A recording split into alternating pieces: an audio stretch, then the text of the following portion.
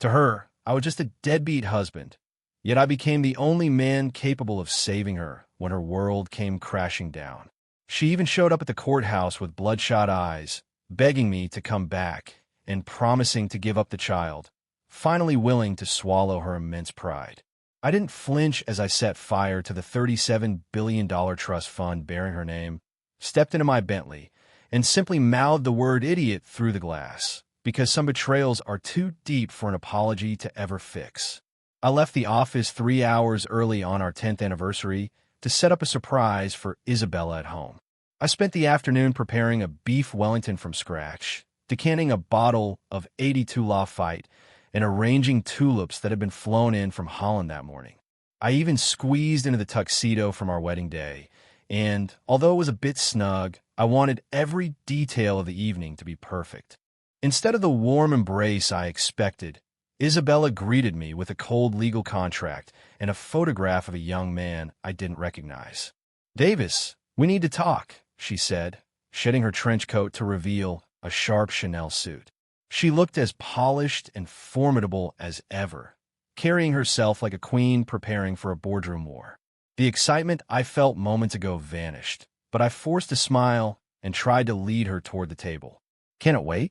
The food is getting cold, and it is our 10th anniversary after all."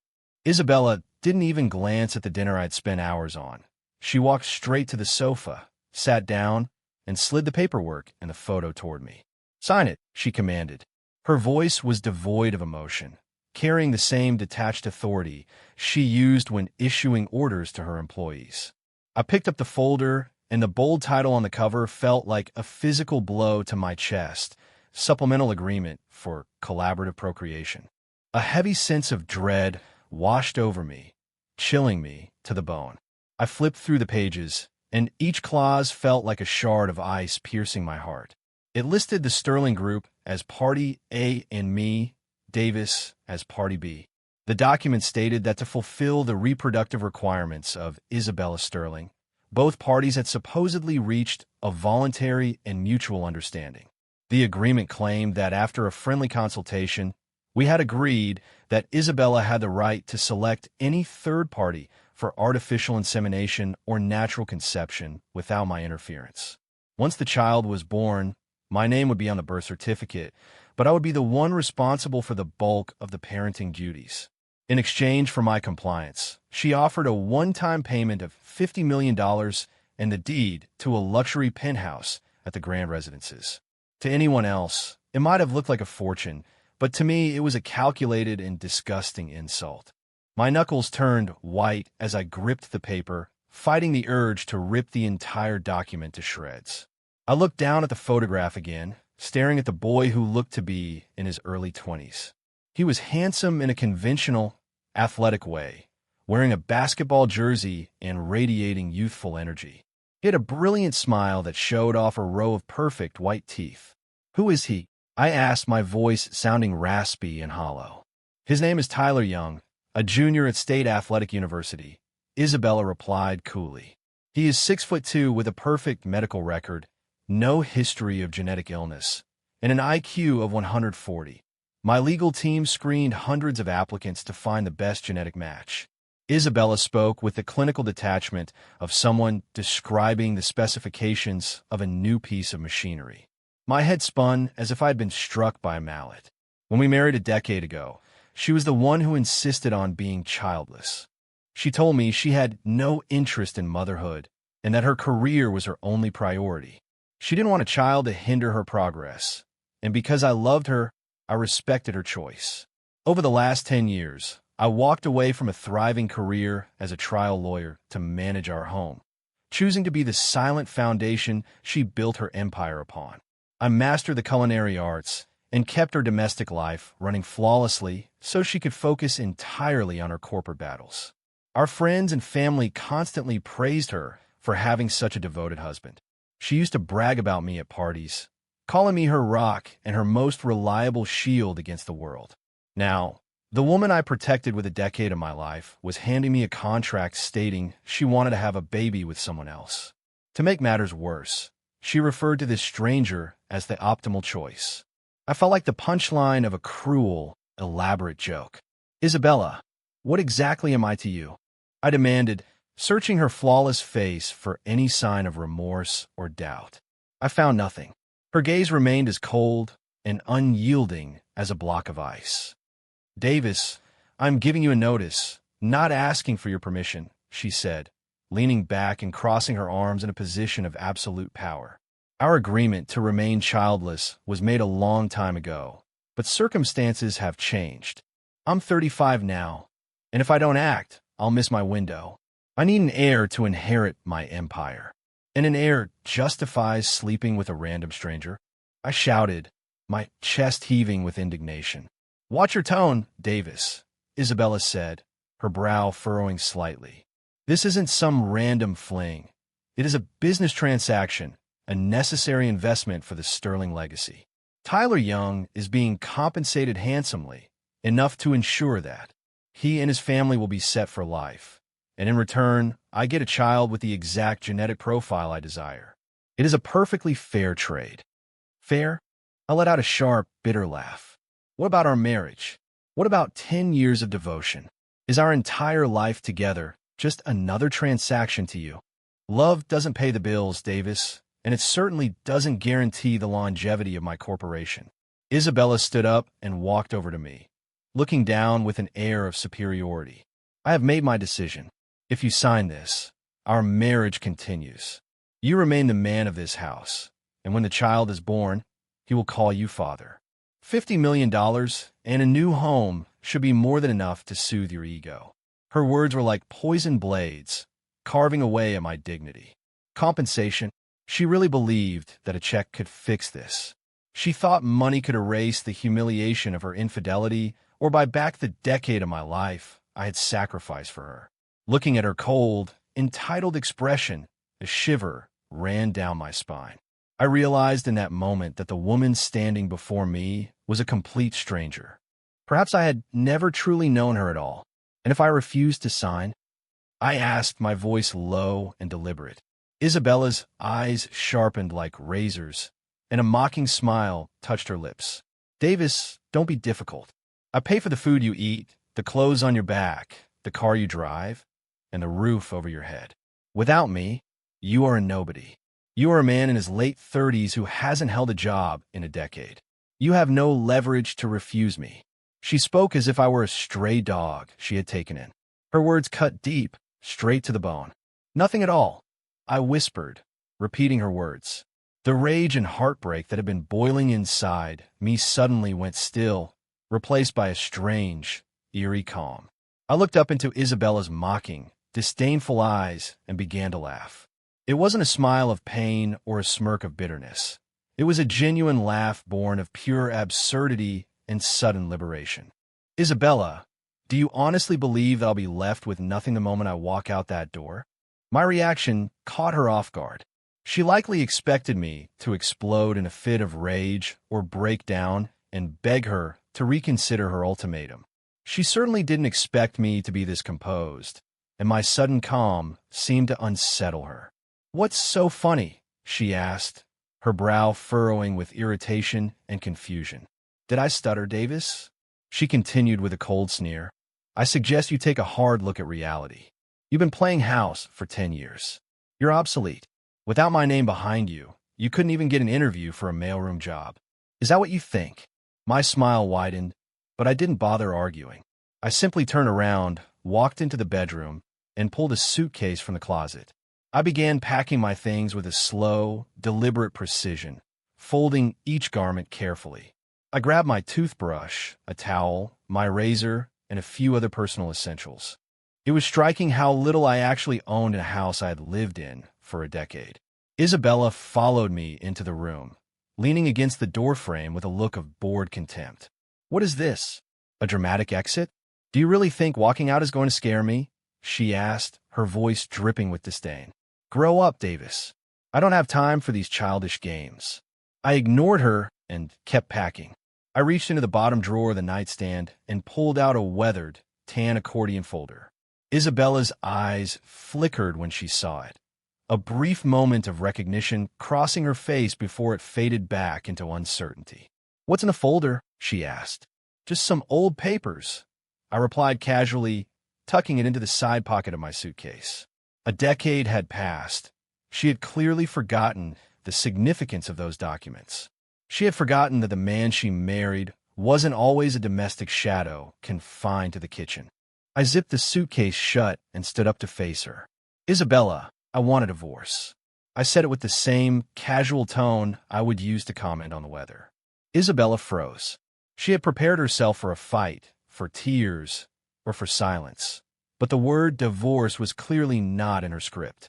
To her, I was a parasite who couldn't survive without her handouts. She couldn't fathom where I found the nerve to suggest such a thing. Divorce, she scoffed, as if I had just told the most hilarious joke she'd ever heard. Davis, have you lost your mind? Do you have any idea what a divorce would do to you? You'll walk away with absolutely nothing. I'm well aware, I said with a nod, gripping my suitcase and moving toward the door. My unwavering resolve finally cracked her facade of indifference. She lunged forward and grabbed my arm with surprising force. Wait just a minute. Tell me the truth. Is there someone else? Are you seeing another woman? Her voice was shrill, and her eyes searched mine like a hawk. I stopped and looked back at her, struck by the sheer absurdity of the situation. Here was a woman planning to conceive a child with a stranger, yet she had the audacity to interrogate me about my fidelity. The irony was almost suffocating. Isabella, do you honestly think a man who spends every single day managing your household and preparing your meals has the time or energy to maintain a secret life? She fell silent, unable to find a rebuttal. For 10 years, my world had been reduced to a simple loop between this house and the grocery store. My entire social life had been curated to serve her interests in her professional circle. She had controlled every aspect of my existence, convinced that I was permanently under her thumb. Then you must be insane, she shouted, her voice bordering on hysterical. She was losing her grip on the situation, and she hated it. She was a woman who lived to dominate, and my defiance was a direct threat to her ego. I'm not crazy, Isabella. I'm just finished, I said, gently prying her hand off my arm. I looked past her at the anniversary dinner, sitting untouched on the table. The meal I had spent all day preparing now looked like a pathetic monument to my own stupidity. 10 years ago, I walked away from everything for you. I abandoned my career and rewrote my entire future to fit your ambitions. I convinced myself that loving you meant being your shadow. I thought you would eventually appreciate the sacrifice. But after a decade, I realize I'm nothing more than a glorified butler or a piece of furniture you've grown tired of looking at. And now you stand here with this contract, telling me you're going to have another man's child. Did it even occur to you to wonder how I would feel? Does my dignity carry any weight in your world at all? I didn't raise my voice, but every word I spoke hit her like a physical strike. Her face grew increasingly pale. I'm offering you a fortune, Davis. $50 million and a penthouse. Most people don't see that kind of money in 3 lifetimes. She was still trying to rationalize her betrayal with a dollar sign. So that's the price of my self-respect? $50 million. I asked, looking at her with nothing but profound disappointment. You are so blinded by your own wealth, Isabella. You think everything in this world has a price tag.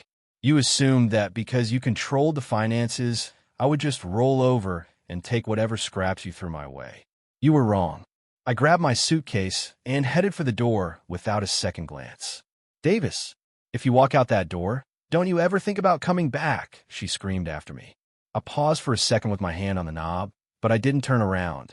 Isabella, I said quietly, you're about to find out which one of us was actually keeping the other afloat. Then I opened the door and walked out. The door slammed shut behind me, silencing her screams and severing the final tie to a decade of wasted devotion. As I stepped out of the building, the crisp night air cleared my head instantly. I pulled out my phone and dialed a number I hadn't called in years. It rang 3 times before a gravelly voice answered. Hello. Joe, it's Davis, I said. There was a dead silence on the other end for 10 seconds before he finally let out a shout of pure disbelief. Davis? You've been a ghost for 10 years, man. You finally decided to rejoin the living. Skip the pleasantries, Joe. I need you to handle something for me, I said, my voice flat and professional. Joe Harrison had been my best friend since law school and my partner at our firm. A decade ago, I had walked away from Harrison Davis, the firm we built from the ground up, just to support Isabella's dreams. Joe had been so furious back then that he nearly ended our friendship, calling me a fool for throwing away my future for a woman. We had barely spoken since. Well, look who decided to call. The great Davis Miller finally remembers his old pals. Joe was teasing me, but I could hear the underlying concern in his voice. I need a divorce settlement drafted, and I need you to activate Project Phoenix. The moment those words left my lips, the line went dead silent. The silence stretched on even longer this time, so long I thought the call had dropped. Davis, are you serious? Joe finally asked, his voice dropping to a low, reverent whisper. Do you have any idea what activating Phoenix actually entails? That was our entire... I know exactly what it means, I interrupted. Isabella wants to have a child with a stranger, and she offered me $50 million to look the other way. I recounted the absurdity of the situation with a chilling lack of emotion. I heard Joe gasp on the other end, followed by a string of creative profanities. Are you kidding me? Has she completely lost her mind? Who the hell does she think she's dealing with? Take it easy, Joe, I said, leaning against a stone pillar outside the complex and looking up at the glowing lights of the penthouse. It didn't feel like home anymore. I want the divorce finalized immediately, and I want to reclaim everything that's mine. Reclaim it, Joe scoffed. It's going to be a lot more complicated than that. You really were blinded by love, Davis. You put every cent of the Phoenix profits into an offshore trust and named her as the sole beneficiary. You wanted it to be a grand surprise for her, but I guess the joke's on you now, huh? Project Phoenix was an investment strategy Joe and I had dreamed up back in law school. We used our legal expertise and market intuition to get in early on a dozen startups long before the tech giants started bidding for them. Nearly all of those companies had become industry leaders. We had stakes in everything from social media giants to electric vehicle manufacturers. By the time I stepped away 10 years ago, the portfolio was already worth more than most people could fathom. I had quietly bundled all my shares and dividends into a private trust without ever telling Isabella. I thought of it as our ultimate safety net, a final trump card I could play to ensure she would never have to worry about money again. I had even named her the primary beneficiary. The plan was for the funds to transfer to her upon my death or on our 50th anniversary. At the time, I thought it was the ultimate romantic gesture. Looking back, I realized I was just a monumental fool. She's the beneficiary, sure, but I'm the one with the power to manage and activate the funds, I said coldly. Besides, you're forgetting the most important clause in that agreement, aren't you? Joe paused for a second before it clicked. You mean the infidelity clause? Exactly. When we first set up the trust, Joe had fought me tooth and nail about making Isabella the sole beneficiary. He argued that people change and that there's no such thing as a sure bet in love or business. Because of his persistence, we included a very specific and very harsh loyalty provision. It stated that if Isabella ever committed an act of infidelity or proposed any arrangement that violated the sanctity of our marriage, I, as the grantor, had the absolute right to revoke the trust entirely. I had laughed at Joe's cynicism back then, but his warnings had turned out to be prophetic. That procreation agreement Isabella handed me wasn't just an insult. It was the very weapon I needed to strip her of everything. Man, Davis, did you actually see this coming 10 years ago? Joe asked, his voice a mix of awe and disbelief. I just make it a habit to always have an exit strategy, I replied. I looked up at the penthouse window. The lights were still on. She was probably waiting for me to come crawling back, begging for forgiveness. Phoenix. I'm on it, Joe said.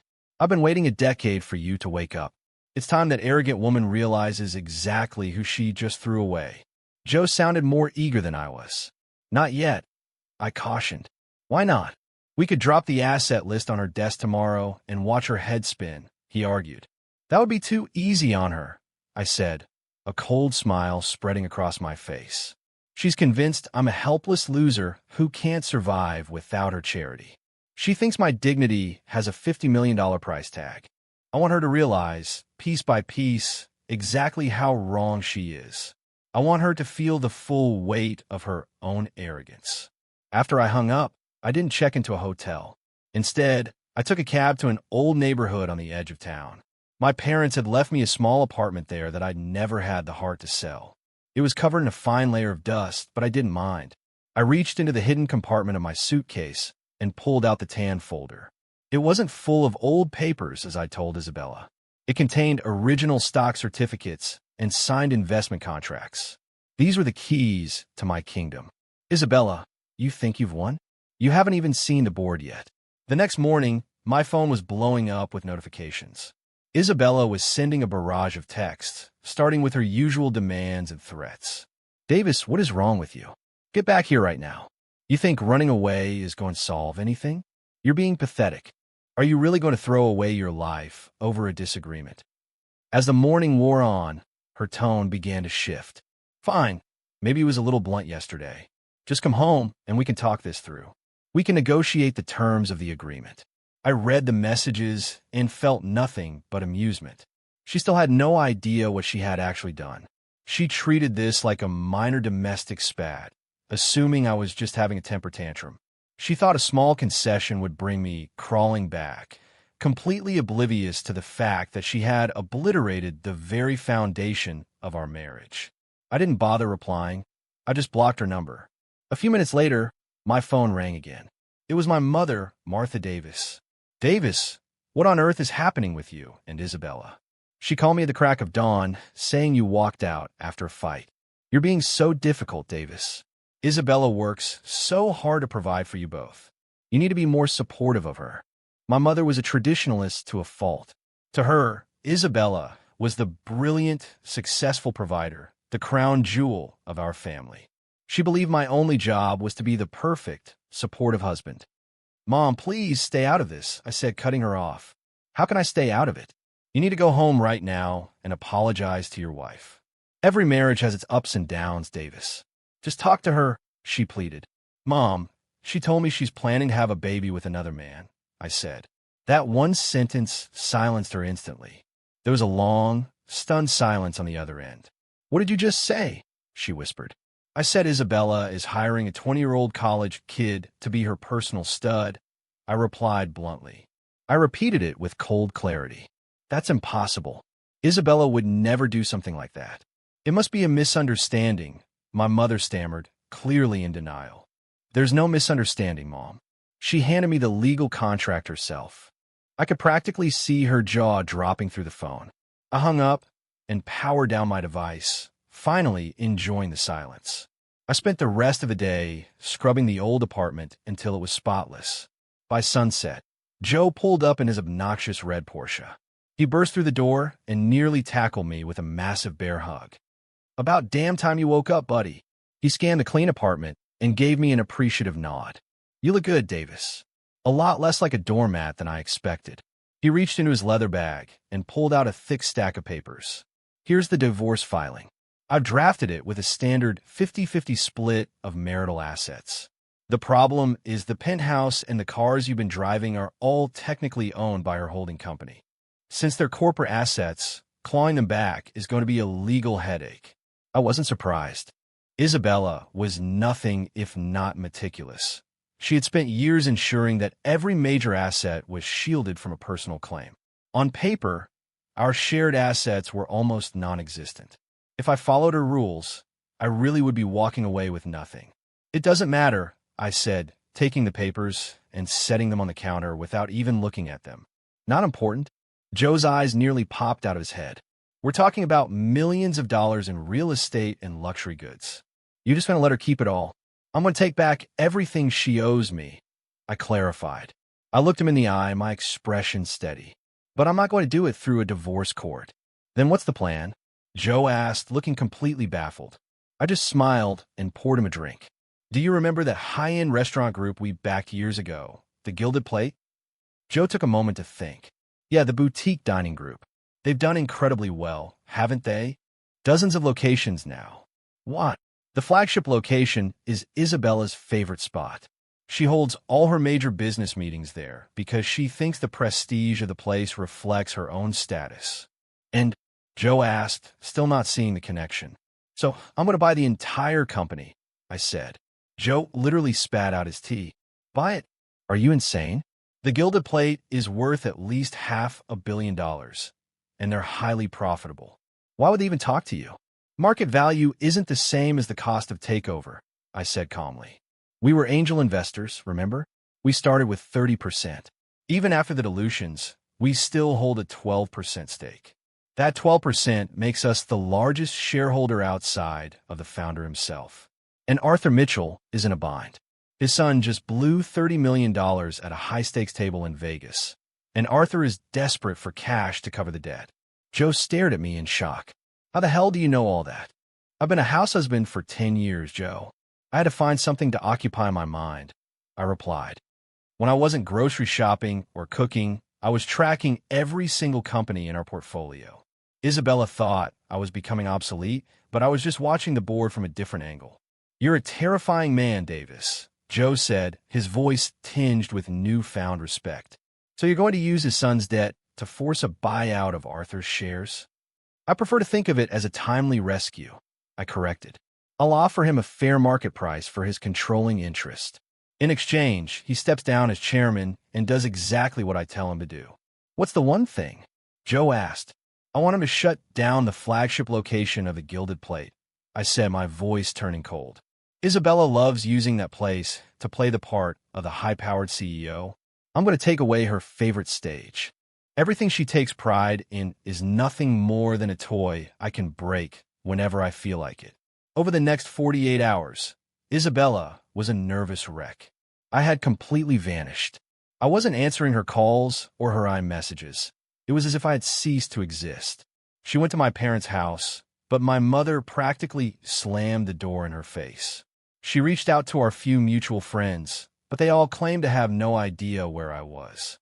For the first time in our marriage, the man she thought she owned had completely slipped through her fingers. A wave of frustration washed over her, tinged with a growing sense of unease she couldn't quite name. But she was Isabella Sterling, the undisputed queen of the Chicago business world. She refused to believe that a man who had spent a decade in the kitchen could actually pose a threat to her. She convinced herself I was just having a midlife crisis. She figured that once my meager savings ran out and I realized how harsh the real world could be, I'd come crawling back to her. She even relished the thought of how she would humiliate me when I finally returned. Shaking off her annoyance, she turned her focus back to her business empire and her plan to secure an heir. She arranged a meeting with Tyler Young at an upscale cafe downtown. He arrived looking exactly like the golden boy in the photo, wearing a crisp white tee and jeans, radiating the kind of effortless youth that Isabella craved for her legacy. Ms. Sterling, he said, standing up nervously as she approached. Please sit. There's no need to be so formal, Isabella said, offering him a practiced, charming smile. She studied him carefully. He was young, healthy, intelligent, and undeniably attractive. On paper, he was the perfect genetic specimen.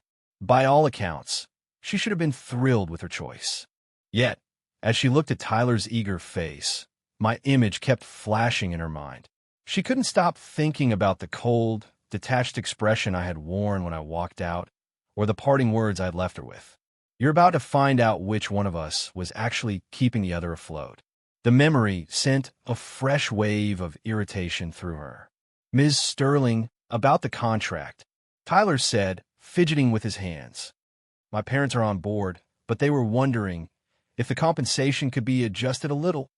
Oh, Isabella asked, arching an eyebrow. And what figure did they have in mind? My mom was hoping for another $1 million, Tyler whispered, his face turning a deep shade of red. Isabella smiled. It was so predictable. Everyone had a price, and everything was negotiable if you had enough cash. This was exactly the kind of interaction she preferred. It was a clean, business-like transaction, far simpler than dealing with my talk of feelings and dignity. Consider it done, she said without a second thought. $1 million is a drop in the bucket. As long as you fulfill your end of the bargain, there will be more where that came from. Thank you, Miss Sterling. Thank you so much. Tyler gushed, his eyes lighting up with greed. But as she watched him grovel, Isabella felt a sudden, hollow pang in her chest. The whole thing felt incredibly tedious. It was all too easy, and the lack of resistance bored her. The entire process felt like a scripted play where she was both the director and the only person in the audience. Suddenly, her phone vibrated. It was her lead assistant. Miss Sterling, we have a problem. Something is happening at the Gilded Plate. Her assistant's voice was frantic. The Gilded Plate? Isabella asked, her grip on the phone tightening. What's going on? She had a high-stakes dinner meeting scheduled at the flagship location that very evening. They just issued a notice. The flagship location is suspending operations for internal restructuring. They're closed indefinitely. What? Isabella shouted, standing up so quickly that Tyler nearly jumped out of his seat. That's impossible. I had lunch with Arthur Mitchell last week, and he didn't say a word about this. I don't have the details yet, Miss Sterling, but the news just hit the wires and the whole city is talking about it. The rumor is that a new majority shareholder took over this morning and ordered the immediate closure. A new shareholder? Isabella's face darkened. The Gilded Plate was more than just a restaurant to her. It was her personal commissary and a vital symbol of her social standing. Hosting a dinner in their exclusive private suite was a power move in Chicago's elite circles. To have the place shut down without so much as a courtesy call to their most important VIP was a public humiliation. It was a slap in the face. Find out who's behind this immediately. I want to know who had the audacity to pull this stunt on my turf. Isabella screamed into the phone before slamming it down. She had no interest in finishing her conversation with Tyler. She dismissed him with a sharp wave of her hand, grabbed her purse, and sped toward the restaurant. When she arrived, a crowd of confused regulars was already gathered outside the entrance. The air was thick with rumors as people stared at the closed doors. A large, professionally printed sign was taped to the glass, closed for restructuring. No admittance until further notice. Isabella stared at the sign, her expression thunderous. She pulled out her phone and dialed Arthur Mitchell's direct line. It rang for nearly a minute before he finally picked up. Hello, Isabella, Arthur said, his voice sounding exhausted and defeated. Arthur, what the hell is going on? Why is the restaurant closed? I have a massive deal to close in your dining room tonight. Isabella's questions came out like rapid-fire bullets. Isabella, I'm sorry. I'm so sorry, but my hands are tied. Arthur sighed. I no longer have any say in how the Gilded Plate is run. What do you mean? Who bought you out? Give me their name right now. There was a long pause on the other end before Arthur spoke in a strange, strained voice. Isabella, already know the new owner. I know him. Isabella asked, confused. Yes, and he asked me to give you a message. He said, tearing down a stage is easy. Go ahead and pick your next one, so I can tear that one down too. Arthur hung up before she could say another word. Isabella stood frozen on the sidewalk, her knuckles white as she gripped her phone. The words hit her like a physical blow, leaving her paralyzed with shock. Tear down a stage. Pick the next one. The phrasing was hauntingly familiar. My face, cold and detached as I walked out of the penthouse, flashed vividly in her mind. A thought so ridiculous she almost laughed began to take root in her mind. No, it was impossible. There was no way a man who had spent 10 years folding laundry and making school lunches could suddenly afford to buy a multi-million-dollar restaurant group. Where would he even get the nerve to challenge her like this? Isabella dialed her assistant again, her voice shaking with fury. I want a full background check on Davis Miller. I want to know every single thing he's done for the last 10 years. Do you hear me? Everything. I want his bank records, his phone logs, his social connections. I want to know who he's been talking to and where he's been going. Given her influence, it took less than 4 hours for a preliminary report on my life to land on her mahogany desk. But the contents of the report only served to infuriate her further. Davis Miller, 38. No employment history for a decade. No assets, no real estate, no vehicles in his name. His only source of income was a monthly allowance of $20,000 deposited by Isabella Sterling. His spending was entirely domestic: groceries, utility bills, and household supplies. His social circle was non-existent, consisting only of family and a few old college friends he hadn't spoken to in years. The only anomaly was a dormant brokerage account he had opened a decade ago. The account had seen zero activity since its inception and currently held a balance of $0. The private investigator's conclusion was blunt. Davis Miller was a textbook trophy husband with no independent means of support. Isabella stared at the report, wanting to scream. If I was as broke and powerless as the data suggested, then who the hell was the mysterious new owner of the Gilded Plate? Could it really be a coincidence? Was the message just a bizarre misunderstanding from someone who happened to share my name? No, Isabella didn't believe in coincidences. Her gut told her that I was behind this, somehow. He had to be using a proxy or some hidden channel she hadn't uncovered. Useless. You're all completely useless, she screamed into her speakerphone, sweeping the report off her desk. I pay you a fortune to get results, not excuses. Keep digging. I want you to go through every offshore account and every shell company in the country. If he has a dime hidden away, I want to know about it. She hung up and began pacing her office like a caged tiger. The news of the restaurant's closure was already spreading through the city's elite like wildfire. Her phone started buzzing with calls from friends whose feigned concern barely hid their delight at her misfortune. Isabella, darling, I heard about the Gilded Plate. How dreadful. It seems the new owner doesn't realize who you are. Isabella, did you step on the wrong person's toes? The snide comments were like buzzing insects grating on her nerves. She was Isabella Sterling. She was the one who made people tremble, not the other way around. She had spent years building an image of invincibility, and now she was being humiliated in her own backyard. The worst part was the anonymity of the attack. It was like swinging at a ghost, and the lack of a target was driving her insane. Her phone rang again, this time from an unlisted number. What? She snapped. Is this Ms. Isabella Sterling? This is the Eben Auction House calling. A professional female voice replied. Eben, Isabella said, her tone shifting. They were the most prestigious auction house in the country. We're calling regarding the 17th century Dutch landscape you were scheduled to bid on. We've just been notified that the seller has withdrawn the piece from the auction. What do you mean? Isabella demanded. I've already cleared a $10 million line of credit for that painting.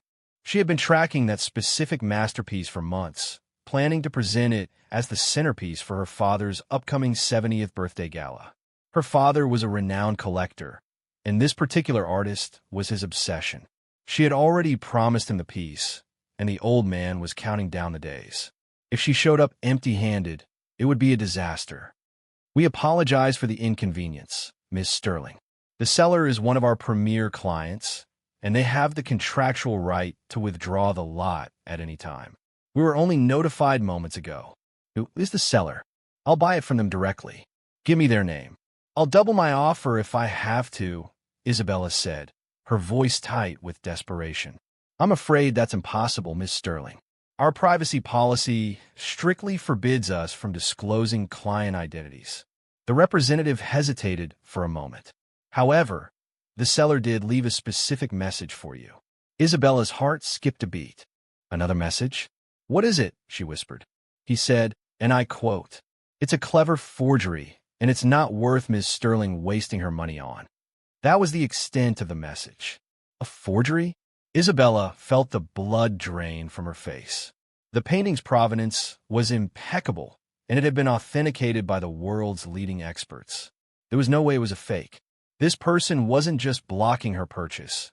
They were publicly questioning her intelligence and her taste. The sheer arrogance of it was staggering. What else? She demanded. Well, he did add that if you were truly desperate for that style of art, he has several superior originals in his private collection that he might consider letting you borrow. Borrow? He was talking about a $10 million masterpiece, as if it were a library book. It wasn't just an insult. It was a total demolition of her status. Isabella was shaking so hard she nearly dropped her phone. It was that same feeling again, the suffocating sensation of being toyed with by an invisible hand. The restaurant closure and the auction withdrawal were too perfectly timed to be anything other than a coordinated attack. It had to be the same person, and despite the lack of evidence, she knew it was me. But how? Where did the money come from? How could a man she had marginalized for a decade suddenly wield this kind of power? Her mind was racing. For the first time in 10 years, she realized that the man she slept next to every night was a complete mystery to her. She had been living with a stranger. Then, she remembered the tan folder I had taken from the nightstand. She hadn't given it a second thought at the time, but now it seemed like the key to everything. What was in those papers? Desperate for answers, she bolted out of her office and raced back to the penthouse. She was going to tear the place apart until she found something. She refused to believe I could have lived there for 10 years without leaving a single clue behind. She burst into the apartment and headed straight for the master suite. She began ripping open drawers and dumping their contents onto the floor in a frantic search for anything that might explain my sudden transformation. Expensive cosmetics, designer jewelry, and legal documents were strewn across the carpet. She was on her knees, clawing through the mess, desperate for a lead, a receipt, or a hidden note. Anything that connected me to the events of the day. She checked under the bed, on top of the armoires, and through every shelf in the library. The apartment looked like it had been hit by a hurricane, but she found absolutely nothing. Aside from her own designer clothes and accessories, there was almost no sign that I had ever lived there. It was unnervingly clean. No hidden credit cards, no secret correspondence, not even a stray notebook. It was as if I had been a ghost haunting the halls for a decade. When I left, I had taken every shred of my existence with me. Isabella collapsed onto the floor, surrounded by the wreckage of her search, feeling a sudden, sharp pang of isolation. In the middle of the luxury she had worked so hard to accumulate, she felt utterly alone. The questions kept circling in her head. Where did the money come from? How did he have the confidence to walk away from all of this? Just as she was about to give up, she noticed a small wooden box tucked away on the highest shelf of the library. It was an old gift she'd received years ago and forgotten about, dismissed as too rustic for her modern tastes. Compelled by a sudden instinct, she climbed a ladder and retrieved the box.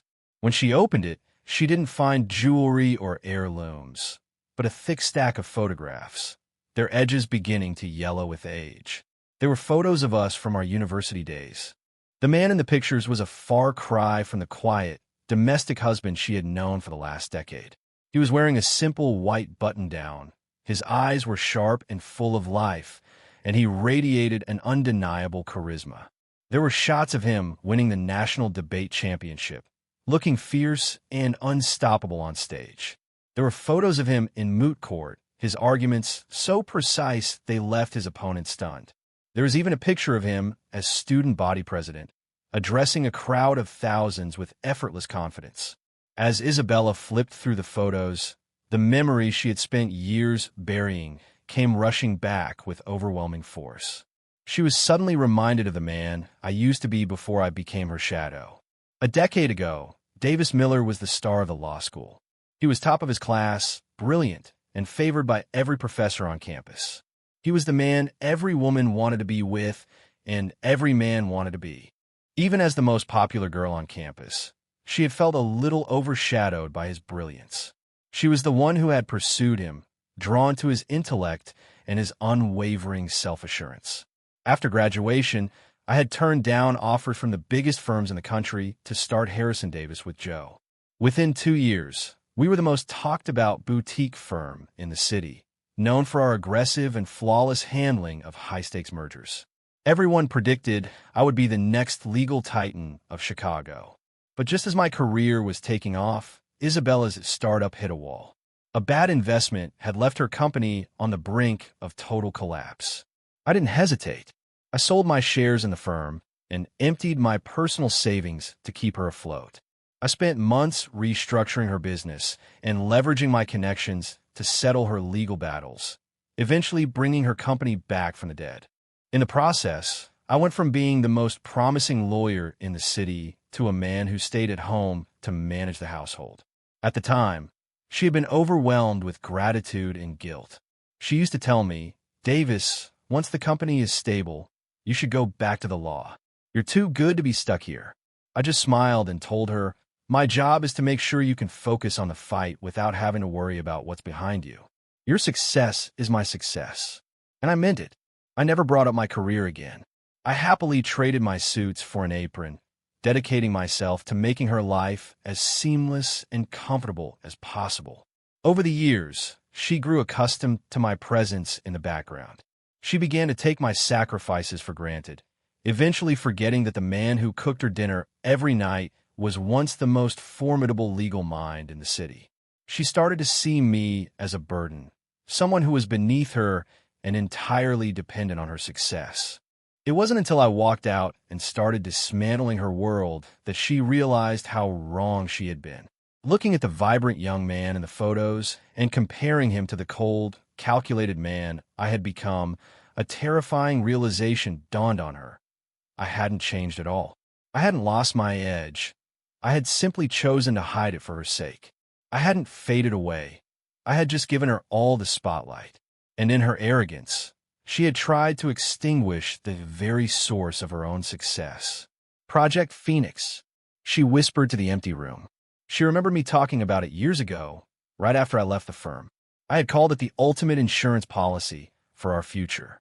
But as I settled into my role at home, the name had faded from her memory, dismissed as a pipe dream from my past. Her heart began to race. With trembling fingers, she dialed the one person who might have the answers, Joe Harrison. As my oldest friend and former partner, he was the only one who knew the truth about my finances. Joe picked up on the second ring. "Well, if it isn't the great Isabella Sterling. To what do I owe this unexpected pleasure?" His voice was dripping with sarcasm. "Joe, tell me right now, what is Project Phoenix?" Isabella demanded, her voice shrill. Joe let out a dry laugh. "A little late for that, don't you think, Isabella? But since you were married to the man for a decade, I suppose I can give you a small hint. Open your trading app and take a look at Vanguard Technologies," Joe said before hanging up. Isabella scrambled to her laptop and typed in the ticker symbol for her biggest competitor. Vanguard Technologies had been a thorn in her side for years. Today, their stock had surged by 20% on news of a massive capital injection. Her blood ran cold when she saw the name of the new majority stakeholder, Phoenix Capital. Isabella stared at the screen, the name Phoenix Capital burning into her retinas. She finally understood. My counterattack wasn't just a series of petty insults. It was a full-scale assault on her empire, and I was going straight for the throat. Vanguard had always been her primary rival. They competed for every contract and every client in a brutal, zero-sum game. Isabella was currently in the final stages of negotiating a multi-billion-dollar deal with a European conglomerate that would define her company's future. That single contract would determine which company dominated the market for the next decade. Vanguard had been fighting her for it, but they had been hampered by a lack of liquid capital. Now, with Phoenix Capital behind them, Vanguard suddenly had an inexhaustible supply of cash. They could underbid her, outmarket her, and simply outlast her. They had the ammunition to wage a war of attrition that she couldn't possibly win. The contract she had spent a year securing was now slipping through her fingers. This was my true endgame. The restaurant and the painting were just the opening act. I was systematically dismantling her ego and her security piece by piece before delivering the final, crushing blow. It was a masterclass in cold, calculated revenge. A deep, bone-chilling cold settled over her. She realized that the business acumen she had always prided herself on was nothing compared to the intricate, long-term strategy one had been executing right under her nose. She had spent years thinking she was the grandmaster, never realizing she was just a pawn on my board. She had lost everything before she even knew the game had started. But she wasn't ready to surrender just yet. She refused to let her life's work be dismantled in a single day. Taking a shaky breath, she forced herself to focus and began calling every contact in her Rolodex, desperate to find my location. My parents wouldn't even take her calls. Joe had already blocked her number. She even swallowed her pride and reached out to my old college friends, people she had spent years mocking, begging for any information on my whereabouts. But it was as if the entire world was in on the secret. No one would tell her a thing. I had become a ghost, orchestrating her downfall from the shadows while she drowned in the chaos I had created. Just as she was reaching her breaking point, another disaster struck. Tyler Young's family had shown up at her corporate headquarters. His parents, along with a dozen angry relatives, were staging a massive protest in the lobby. They were carrying banners that read, "Predatory So exploits college student." They were cornering employees and news crews, screaming about how Isabella Sterling had used her wealth to coerce their innocent son into a disgusting, unethical breeding contract. The scandal went viral within minutes. Headlines like "Billionaire CEO's Secret Breeding Contract" dominated the news cycle. Sterling Group's stock price began a vertical descent. Overnight, Isabella went from being a celebrated business icon to a social pariah. She was trapped in a nightmare of damage control and media hounding, her reputation and her health deteriorating by the hour. But she knew this wasn't just bad luck. How did Tyler's parents get a copy of the confidential contract? How did the media find out so quickly?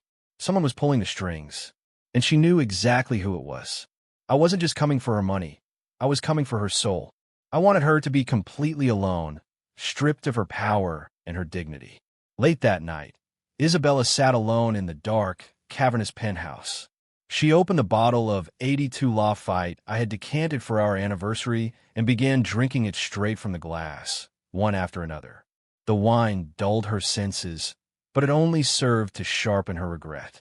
She had been so blinded by her own success that she had treated the most important person in her life like an employee. She had traded my devotion for a genetic experiment, and now she was paying the price. She wanted to fix it, to beg for my forgiveness, to do anything to bring me back. But I was gone. Suddenly, her phone lit up with an incoming call from a number she didn't recognize. Her hand shook as she swiped to answer. "Hello," she rasped. The voice that answered was the one she had been desperate to hear, yet now feared more than anything else. "Isabella, are you enjoying the game so far?" I asked. The sound of my voice shattered whatever was left of her composure. "Davis, where are you? Please just come home." "I'm so sorry. I'll do anything," she sobbed, her voice breaking. In 10 years of marriage, she had never let me see her cry. She was the queen, and queens didn't show weakness. But now, she was just a broken woman sobbing into a phone. I let out a soft, dry chuckle that was devoid of any warmth. "A little late for an apology, don't you think? And you really believe I'm the only one responsible for your current predicament? You think I'm the only one who wanted to see you fall?" "I know it's you, Davis," she sobbed. "Please, just stop. For the sake of everything we've been through, for our 10 years together, I'm begging you." "Husband and wife?" I interrupted, my voice dripping with contempt. "Our marriage ended the second you handed me that breeding contract. And as for your current legal troubles," I paused, letting the silence hang for a moment. "You're giving me too much credit. I handled the Vanguard takeover, yes. But the protest at your office? That wasn't me." Isabella stopped crying, her voice filled with confusion. "If it wasn't you, then who? Think about it, Isabella. Do you really think a middle-class family has the resources or the guts to take on the most powerful woman in Chicago by themselves? Who do you think coordinated the media? Who do you think provided them with a legal team to draft those statements?"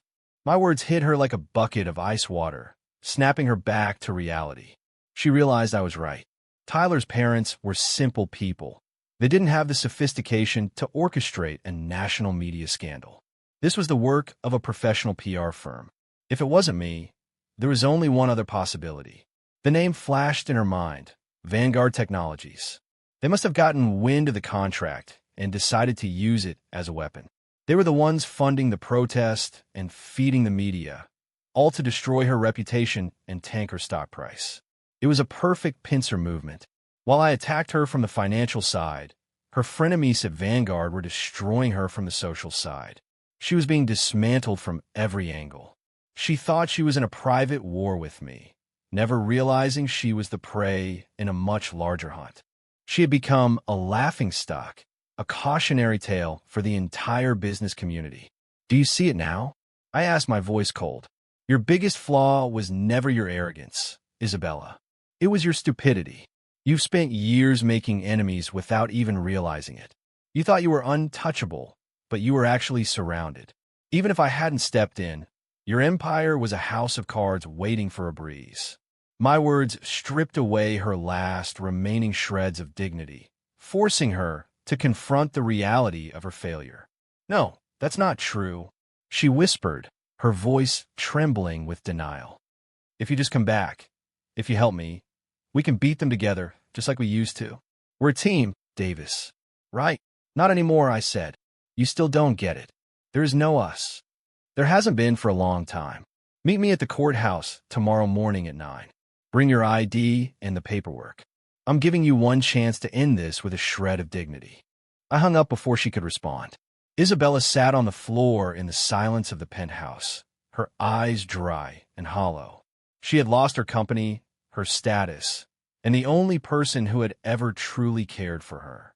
She remembered the day I had walked away from my law firm to support her. I had smiled and told her I was hers forever. Then she remembered the cold, terrifyingly calm man who had walked out of this apartment just days ago, promising she would soon learn the truth.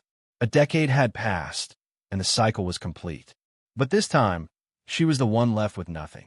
When she arrived at the courthouse the next morning, she looked like a ghost of her former self. She had tried to hide her exhaustion with makeup, but the despair in her eyes was unmistakable. I was already there, waiting for her. I was wearing a sharp, charcoal suit, standing with a posture that radiated quiet power. In less than a week, I had become a different person. The gentle, supportive husband was gone, replaced by a man with a gaze like flint and an aura of absolute authority. This was the man she had married, the man she had spent 10 years trying to suppress.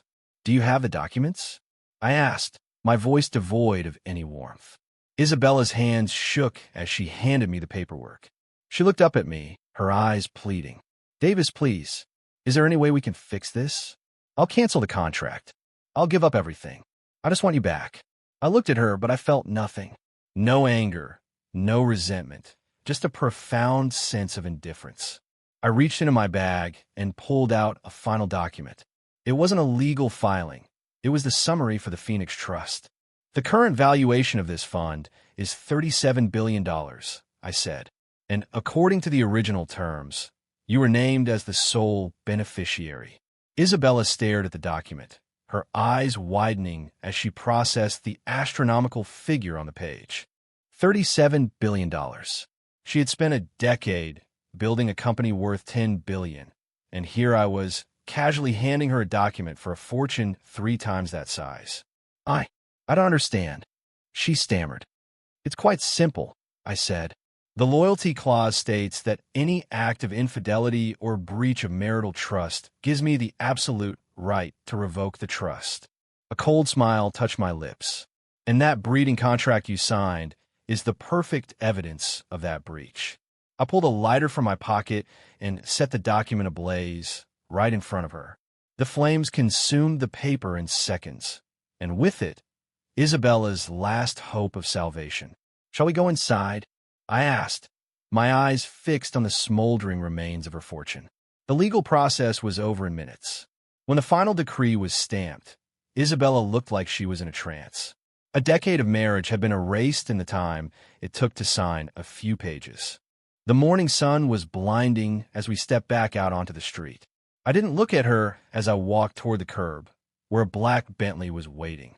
Joe Harrison stepped out of the car and held the door open for me. He looked across the street at Isabella, a look of pure, unadulterated triumph on his face. He looked directly at her and mouthed a single word, "Idiot." Isabella swayed on her feet, the world spinning around her as she watched us drive away. I settled into the leather seat and didn't look back. The Bentley pulled away from the curb and vanished into the morning traffic. I had entered her life quietly, and I was leaving it with the same cold efficiency. She was left standing alone on the sidewalk, a fallen queen in a ruined empire. She gripped her divorce papers so hard her knuckles turned white. The red ink of the seal looking like a fresh wound. She had lost everything. Her company, her fortune, and her future were all gone.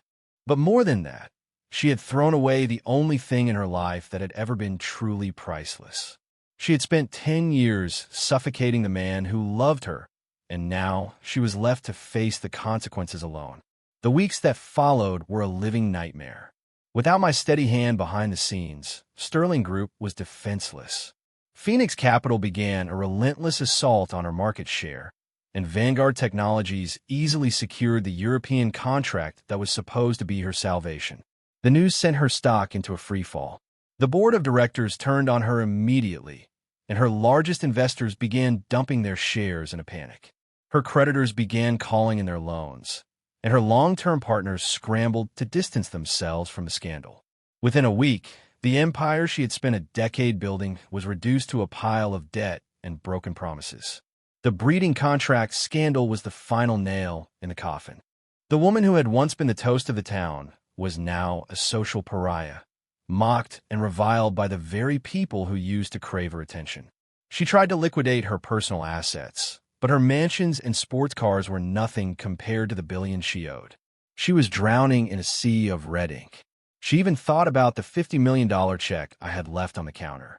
The irony was that she had thrown it away in a fit of pique, along with everything else that mattered. Now, her accounts were frozen, and her penthouse was being foreclosed upon. For the first time in her life, Isabella Sterling was truly, utterly broke. She sat in her darkened office, looking out at the city lights and feeling a crushing sense of defeat. She pulled out her phone and stared at my name in her contacts. She had unblocked me weeks ago, but she couldn't bring herself to call. She didn't even know what she would say. Would she beg? Would she scream? Or did she just want to hear my voice one last time? A news alert flashed on her screen. Phoenix Capital completes takeover of Vanguard Technologies. Chairman Davis Miller to lead new conglomerate. Her heart stopped as she clicked the link. The lead photo showed me standing on a stage, surrounded by the most powerful executives in the country. I looked every bit the titan of industry I had once been. I was flanked by the boards of both companies, the center of everyone's attention. I looked relaxed, confident, and completely in control. It was the man she had fallen in love with in college, but with a new, harder edge. Below the photo was a quote from the press conference. Mr. Miller, a reporter had asked, "You walked away from a brilliant career 10 years ago. What have you been doing with your time since then?" Isabella held her breath as she read my response. She hoped for some acknowledgement, some sign that she still mattered to me, even if it was through my anger. But I just looked into the camera and gave a small, enigmatic smile. "For the last 10 years," I said, "I've been perfecting my cooking." The room had erupted in laughter and confusion, but Isabella felt like she had been struck by a physical blow. She collapsed in her chair, sobbing uncontrollably. Those 4 words were more painful than any insult I could have hurled at her. I had told the world that the decade I spent supporting her, the decade she thought she had owned, was nothing more than a hobby to me. I had moved on so completely that our entire life together was just a footnote in my history. She realized then that she wasn't even worth my anger.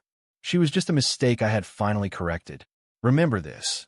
Devotion is a choice made out of love, not a sign of weakness. When someone chooses to step into the shadows to let you shine, it's not because they lack their own light. It's because they chose to share yours.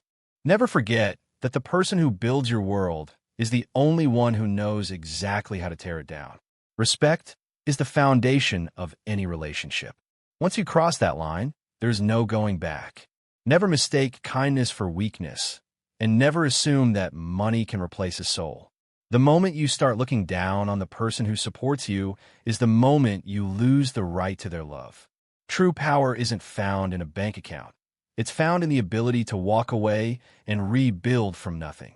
My greatest asset wasn't the $37 billion. It was the mind that created it. No matter where you are in life, never lose the skills that allow you to stand on your own 2 feet. May the devotion you give always be met with the kindness it deserves. But if you are ever betrayed, may you possess both the grace to walk away and the power to never look back.